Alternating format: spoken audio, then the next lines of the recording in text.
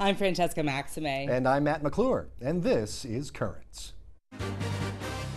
Missionaries in our backyard. Praying with the person or speaking with them about God's love for them.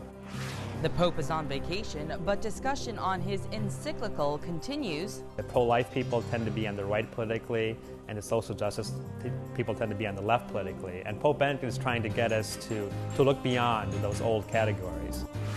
What Brooklynites do on their summer vacations. I'm not actually going on the vacation, but I'm going on some religious retreats.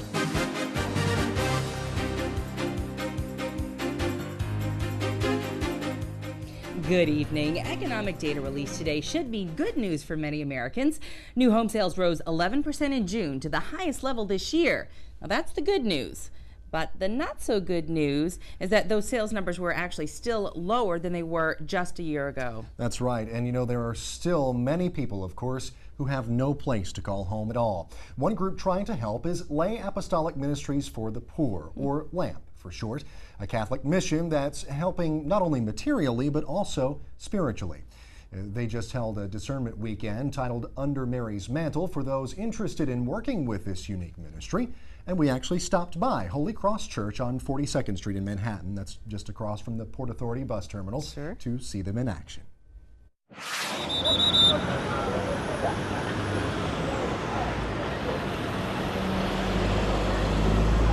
My wife Lynn and I began LAMP Ministries in 1981 because we were personally looking for an avenue where we could serve among the materially poor, but with an emphasis on evangelization, because we felt that most outreaches from the Catholic Church among the poor are certainly scriptural. They're corporal works of mercy, but we feel that they frequently don't incorporate the more explicit faith component of praying with the person or speaking with them about God's love for them, or helping them know their own goodness. And we visit homeless shelters, we serve in materially poor Catholic parishes, we serve at Goldwater Hospital on Roosevelt Island, that's primarily for the severely disabled poor.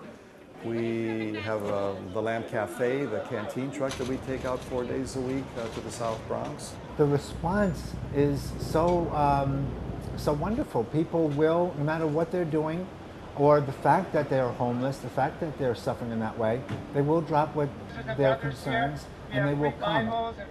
There's many times that I want to kneel when I hear a homeless person share about the Lord. Here they are, they have nothing, but they trust in God. And what a witness to me. You know, I'm not, you know, by God's grace, I'm okay. I get up in the morning, I have a place to live. But folks who have nothing will share that they love the Lord, they trust in the Lord. They say, you know, He got me up in the morning. I can take that for granted often, but that's what we receive. The applicants to LAMP come from around the country. We have people from Texas, Kansas, the Bronx, different parts of the country. We're not large. We have maybe 20 full-time people serving at a time. But they have to have had some experience in parish and church ministry for us to accept them.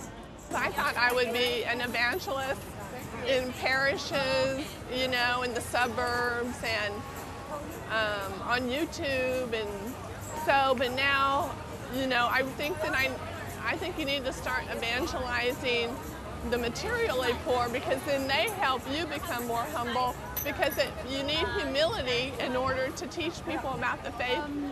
It's interesting because New York City is different from any other place, as you know. Hi, this is for you, God bless. In that these are Divine Mercy cards that we're handing out to people. And as you can see, it's a picture of our Lord. And it's interesting because where we normally give out these cards is a little bit North Bronx, and just about everyone would take a card there. Here, I'm surprised that, you know, maybe 1 out of 10 people will take one. This is my second day, but I am coming back in September for a year.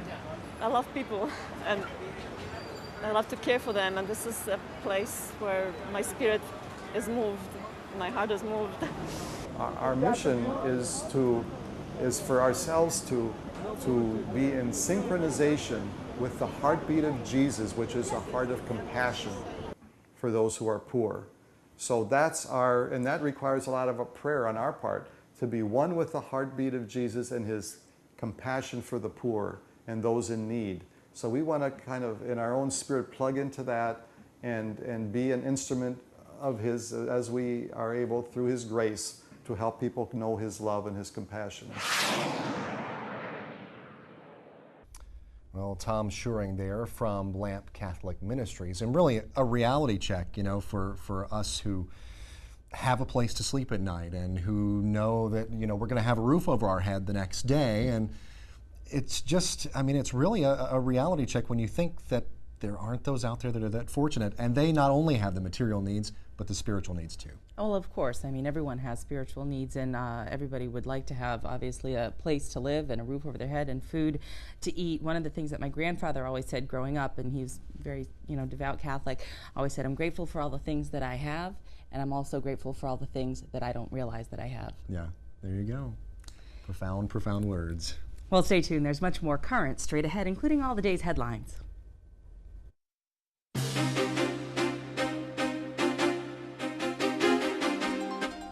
Welcome back to Currents. I'm Francesca Maxime. And I'm Matt McClure. Coming up later, what you're doing on your summer vacation. But first, let's check out the day's headlines.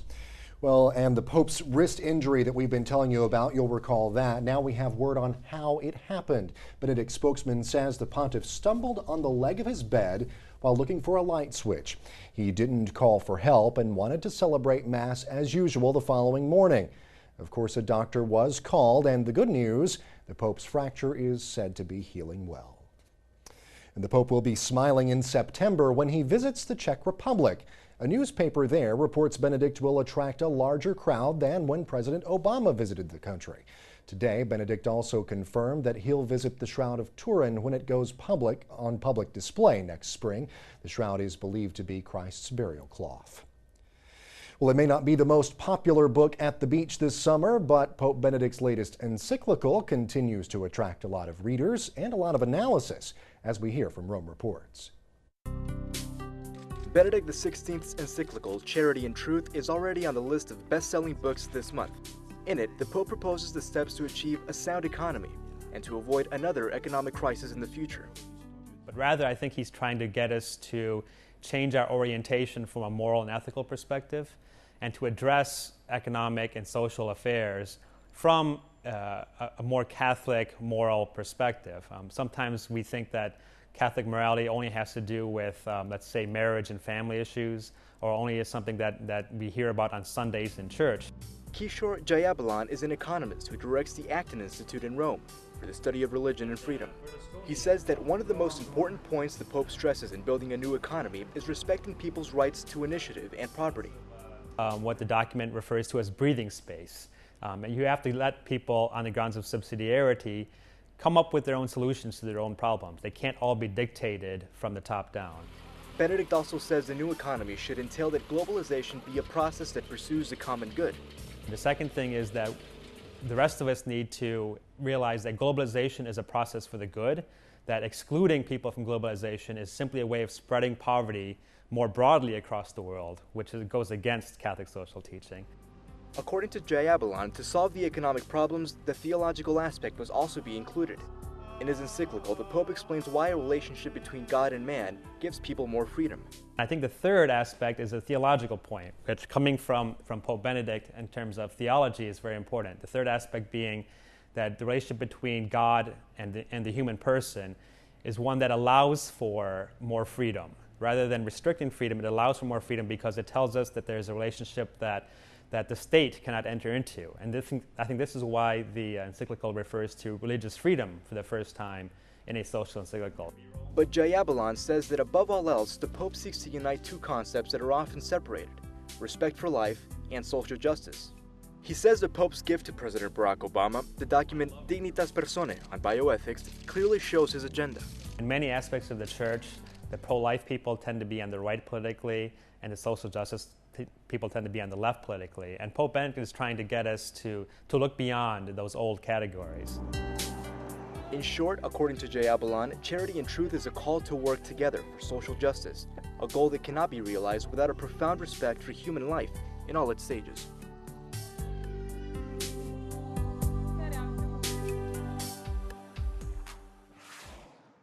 The encyclical was released on June 29th, and for more on it, you can head on over to our website, netny.net/currents. Pope Benedict has named 3 new bishops for Vietnam. In appointing the 3 men, the Pope says he hopes for healthy collaboration between the Church and the Vietnamese government, which formally cut ties with the Vatican after coming into power in 1954. Just last week, 18 people were arrested and reportedly beaten for trying to rebuild a Catholic church that had been destroyed during the Vietnam War. More than 500 Catholics reportedly took to the streets on Sunday to protest those arrests. It's been more than 40 years, but the Archdiocese of Atlanta is getting its 2nd auxiliary bishop ever. In a possible sign of the church's growth in the South, Pope Benedict has named Monsignor Luis Zarama as an auxiliary bishop for Atlanta. The 50-year-old Zarama was born in Colombia, ordained in 1993, and became a citizen of America in 2000. My old stomping grounds there. Yes, it is. Well, stay tuned. We'll have much more currents straight ahead. Vacations aren't just for relaxing. Teaching English or tutoring. It could be helping out in an orphanage, conservation type projects as well.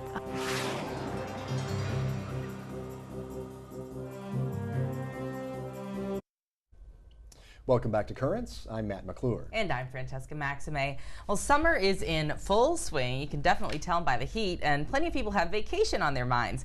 A little later on, we'll hear from some of you about your summer plans. Well, right now, we're going to learn about what there is to do besides just taking it easy for vacation. Last month, I had the chance to sit down with the Executive Director of International Volunteer Programs Association, Genevieve Brown. Here again is that interview.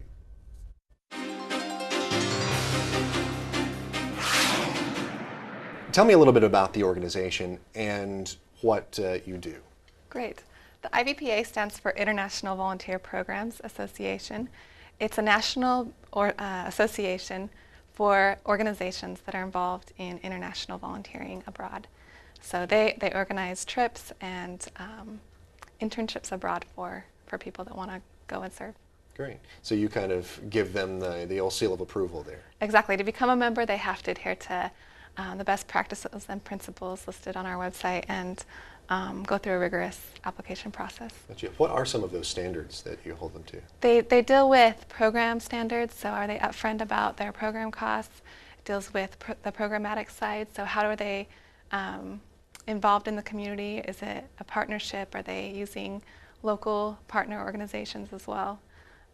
It runs the gamut. There's 35 different best practices. Gotcha. So you cracked the whip on it. Yes. Okay, great. Now, what kinds of things do volunteers go to do and help out with? You said that your standards run the gamut. Is this kind of one of those things that runs the gamut as well? Definitely. We've seen a huge explosion in the interest in international volunteering, and so there are a wide variety of options for people that are interested. A lot of it are for short-term, perhaps unskilled volunteers. So it could be teaching English or tutoring. It could be helping out in an orphanage, conservation type projects as well, to manual labor, helping build homes and painting. So. Yeah. Well, I was telling you as we're having a conversation before we went on air with this segment about an experience that I had several years ago. I went with my church as a chaperone on a trip to actually Indianapolis, and it was a great experience just from my point of view. It was so fulfilling because what we did was we kind of split off into different groups and actually helped put gutters on people's homes, paint their garage if they needed it, make some repairs around the house. And actually the woman that we worked with, she was an elderly handicapped woman who was living under the poverty line. So it was just a very fulfilling experience. What kind of stories do you hear from folks who have come back from going on a trip like this? Yeah, alumni report that it really impacts their life in a positive way. They feel like they now have a broader understanding of cultural experiences as well as what people are living like around the world. It gives them a greater appreciation for what they have. A lot of times people are volunteering with the poorest of the poor, And so really, it makes them realize that they perhaps don't need a lot of things in their life that they thought they needed before. And they just come away with a love of the community that they're serving. And I think that's a really important aspect. It builds cross-cultural understanding. Yeah. Well, I definitely know that all of that was true, and from my personal experience, from being involved in that, it just really helps to help those that are less fortunate, because it kind of makes you realize in your life that there's a lot of things that we actually take for granted. Sure, definitely. Now, with all of that being said, where are some of the places that folks can go to through these groups? I mean, it's not just something here in the U.S. I heard you mention around the world. Definitely, around the world. Some popular destinations for American volunteers include Peru, Costa Rica, as well as South Africa, India. You can really pick where you want to serve if you have a specific interest in a culture or geographic location. You can pick. Pick and choose. Pick and choose. From the long list, right? From the long list, really. Well, is this just a summertime thing, or do these organizations do this sort of thing year-round? People do it year-round. We do see an increase in the summertime because usually people have time off or want to take that summer vacation. But trips can be arranged around your schedule.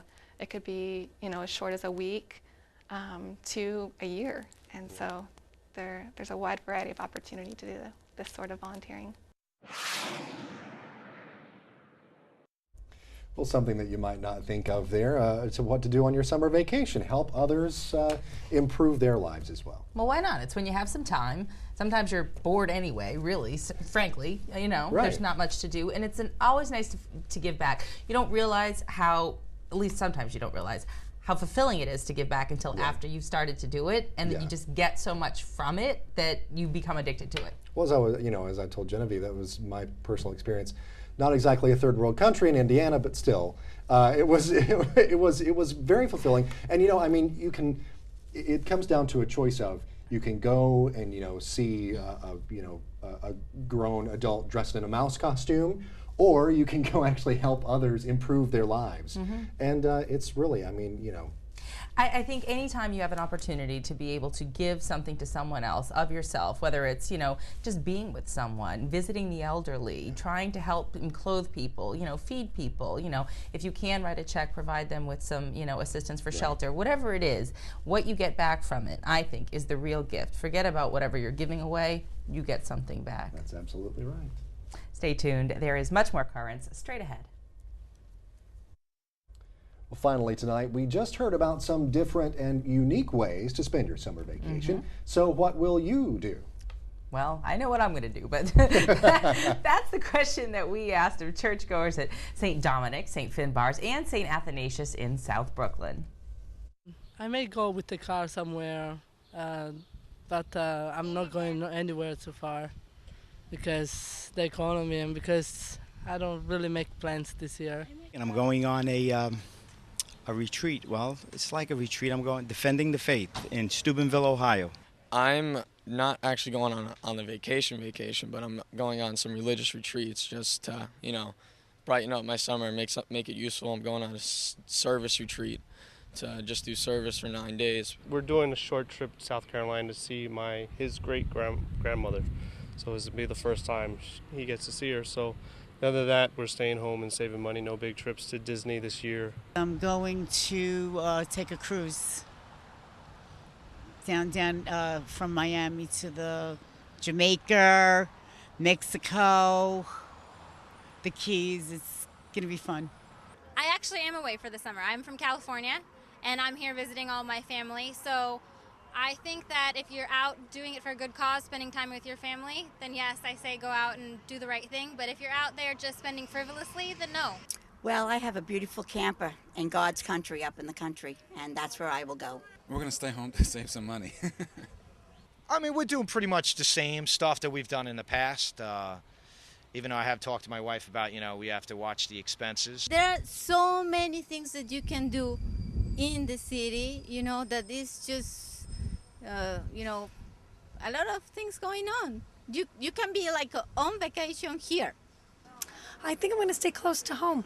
to save some money. I think everybody's feeling the pinch, and I think this is a way of teaching us to spend quality time with our families. But we work too hard to give up maybe the one vacation, you know, so you save a little harder and you make it, and you go on this vacation that everyone deserves who works so hard all throughout the year. So no, you know, we're definitely planning on going away, as we do every year, to our lovely Puerto Rico and spend a few days there. But yes, and we always try to make it a family outing. So yeah, we won't give up our vacations.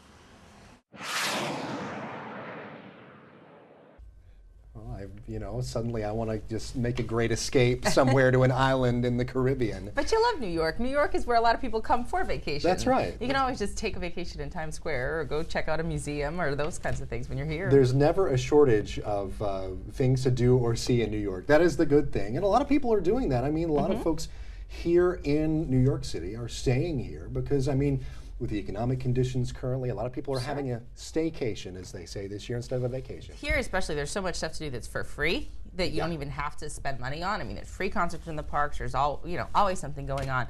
I know every year we rent a friend's cottage down the Cape Cod, not Jersey, but Cape Cod in Massachusetts, which is where I'm originally from. So I'll be doing that at the end of August into Labor Day, and that is something that I always look forward to because it's been almost 20 years that we've been going back there off and on. So, go fishing, grill the stripers, it's just, it's a nice thing to do every year. That's great. And, I mean, I took a little short trip to Georgia to see my family not this past weekend, but the weekend before, which was very cool. I don't know if I'll get to go anywhere else far away, but, we'll see. We'll see what the rest of the summer holds for us. And well, the world is at your doorstep here in New York, so you can pretty much go anywhere here. Or anywhere is a short trip away as well. And thanks, of course, for all those who have talked to us and told us what they were doing on their summer vacation as well. Well, that's it for this edition of Currents. Now, coming up on tomorrow's show, have a heart and reach out to local foster children. That and more coming up tomorrow. And remember, you can always see us online. All you have to do is head over to netny.net/currents, and you can watch clips from the show and meet the people who make it all happen. And you can also let us know what you think. Email us. The address is drop us a line, that's correct, drop us a line, spell it all out in one word, at currentsny.net. Well, thank you so much for watching. For all of us here at Currents, I'm Matt McClure. And I'm Francesca Maxime. Thanks so much for watching and have a great night.